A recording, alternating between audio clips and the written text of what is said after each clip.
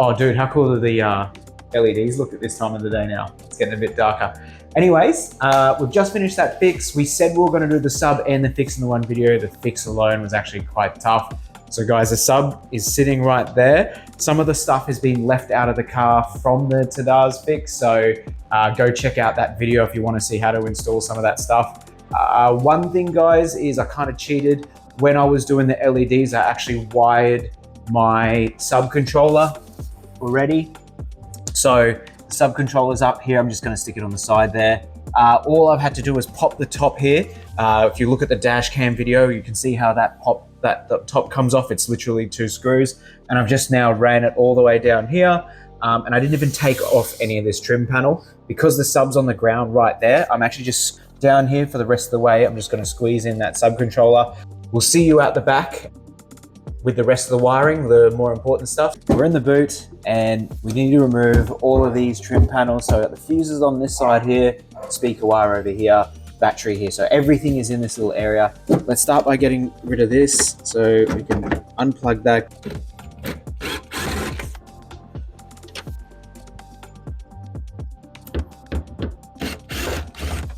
Got the right tool for the ones on the side here for these little clips, and out. Done. So 2 of those. So once you've unclipped everything, we're just lifting the side, these rubbers up, and we're just pulling up. So I just got my hands in here and gave them a good yank, and it actually popped out pretty easy once I got rid of the rubber. I'm going to pull this out, and then we're on to the plastic trims. We'll jump over to that B panel next, B pillar next, and we'll get that one pulled out, and then we can remove this bit, and then we're into wiring the sub. Slide that in and see if we can pop that off now. There we go. And there should be a few more. Easy. Yes. Guys, so what we've just done there is we've pulled 3 of them out. There's 4 clips. 3 of them go this way and the clip on the end goes away from you. So it goes towards the front of the car. Whoa. So 1, 2. All right, we've got our 2 torque screws. Let's just pop these out, these little clips. We need to remove these tie downs. So holding these hooks on is just a T40 bolt underneath the plastic cover. If you see over this side, you can see a little plastic cover. You just get under there with a plastic pry tool, pop it up, and then it's just a T40 wrench. Undo that one, then it comes straight off. It's not really much holding it on. We should be just about ready to take this side panel off, guys. We've removed the 2 clips down there, and now we're just pulling out, and it's one gigantic piece. Remove that, and we should, that's it. We should be good. Yes, here we go. All right, holy crap. That's one giant piece. We'll have our speaker wires in there, guys. We'll undo some of that wrapping so we can access those. What is this? Speaker wire. Go power straight to here, remote from the fuse, and we'll just ground it with the battery. All we're doing here is separating the cables out. So there's a purple and yellow wrapped around a black and green cable. Those are the 2 we want to come out. I'm going to use an inline fuse here. I've got a 30 amp fuse in here. I know that sounds small for a sub, powered sub, but it actually comes stock with a regular 20 amp fuse plugged in. It's not a high powered sub, guys. So I've got a 30 amp one in this. It's probably even too much, really. But anyways, we're going to plug this one straight to the battery. I'm just going to chuck some of this shrink wrap on here, and then we'll go straight to a battery terminal, and we'll solder that and crimp it, and same with the ground. Chuck that shrink wrap on. These are crimps, so we'll go ahead, we'll crimp it, and we'll solder it.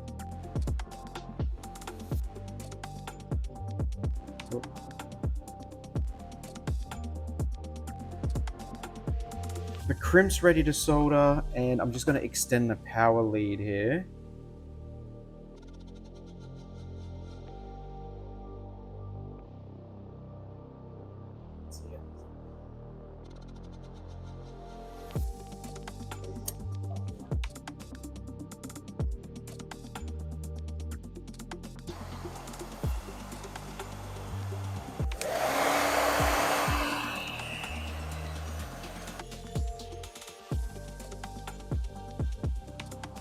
So another important one is the remote. What the remote means is it's only looking for power when your accessory is turned on. So when your car is off like this, there should be no power at all. So what I've got, guys, is this little light here. When I touch one of the fuses, it's either going to light up, which means it's got power, or it's going to stay off. I want it to stay off because the car is off, so I don't want the remote to have any power. The remote only has power when the accessories is on. So if I go and check here, this 40 fuse is on, so that means it is always on, so that's no good. That one doesn't work. That one doesn't work. So that's pretty much perfect. So what I'm going to do is I'm going to turn the accessory on. You'll see all the lights in the car turn on. All right, that's our accessory. Man, I love the clip in there. So now I want one of these to light up. Yes. Yes, so I could use both of these. So these weren't lighting up before. Now my accessory's on, these are lighting up. So I'm going to pull that 20 fuse. Yep, I'm going to pull that one. It's right below the 40. So I've just pulled that. There is a hot side of that fuse box. So essentially power needs to go up one side and out the other. So we need to find the side where the power is going up and through. All right, guys, if you want to know more details about that one, check out the dashcam one. But let's find out which is the hot side.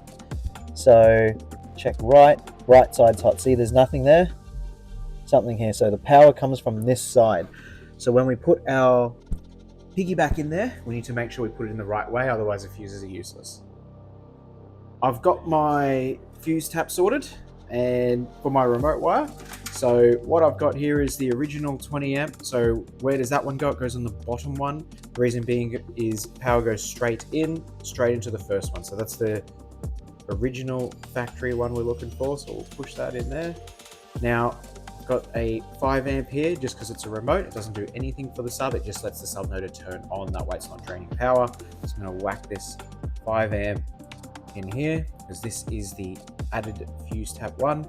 It's really funny actually. We're working on my N sedan. How long ago, Joel, you reckon? Like 2 years ago. And we blew one of the fuses up. Joel got really upset because he did it and Joel's a perfectionist.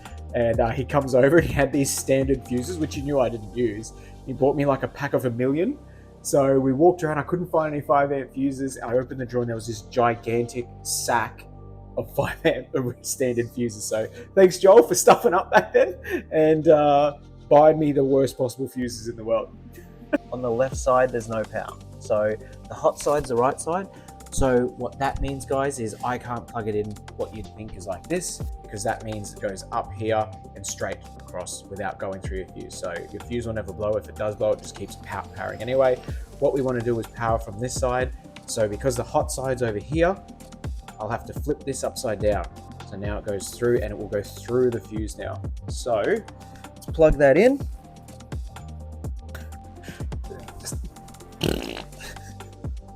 I wanted to make it real. Speaker wires. So they're really, really tightly woven together, the speaker wires. We couldn't separate them. I don't want to get little crappy crimps and put them on there. I want to solder them. So Australia, right-hand drive, we've got passenger speaker, these two here. So purple, yellow, green, black. Purple, yellow is positive, green, black is negative of the passenger side. So left side of the car, those two, positive that one again, guys. Now the right side of the car, so drivers for us here in Aussie, we have black and white is positive and blue and black is negative. Those, oh, one thing I didn't mention, I've got these pre-cut. So what we're going to do is join them like this here. And we've got this part cut so we can tee off that. So right here, guys, and then we'll jump from here. Guys, when you solder, see I've got shit on the ground. Make sure you put shit on the ground. This is the most fun part. This sucks. I hate soldering.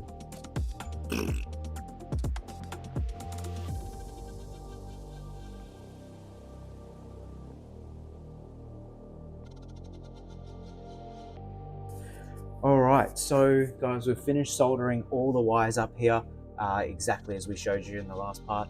So that's all been done. I've just taped it up to neat it up a bit. There is extra wires on there because I wanted to make it easy, so it's a little bit more packed now. But now we've got this in there, guys, we're just going to slide this up underneath here the whole way across. Guys, I'm just finishing wiring the ground up. The ground was a little bit, just so you can see what we've done, because it just took a little bit of time to make it neat. But I've ended up using the actual same as the battery, so the whole car grounds through here. And I've just used the same one, ran it up through here, zip tied it right to the top, gone under this, zip tied it to this one here, and now I'm following this line. So zip tied it here, about to zip tie it there, and then I'm going to run this straight under the carpet through to all the rest of the wires. All the rest of the wires will come out in the same spot. So, alright guys, we've just disconnected the battery here. So what I've done is, with this positive, is I've just wired it in here. I've got it straight in there, guys. So take this bolt off, whack this one in. Now, I just wanted to hit because I thought it was nice and neat, and cover that. I'm going to route it the exact same lines again as the ground. So is I've just taped a couple of little straps on there just to keep them nice and neat. I'm going to put a little bit of housing over this in a second. Guys, these cables are all the same length pretty much, except one, and it's this one. We're just finishing up, so we've finished soldering all the wires to the cable. That little base control knob I was saying, we just want a little bit extra there. I like to use conduit. You guys use whatever you like to hide your cables, but I'm pretty happy with this stuff. Fingers crossed stuff works. We'll see a light pop up if this is wired properly. Ah, a light! Alright, that is connected. Before we put everything back, let's check that works. Jump in the car, Joel, eh? Just turn our radio on.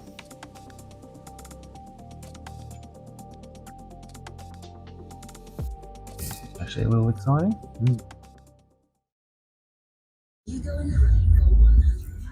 It's working.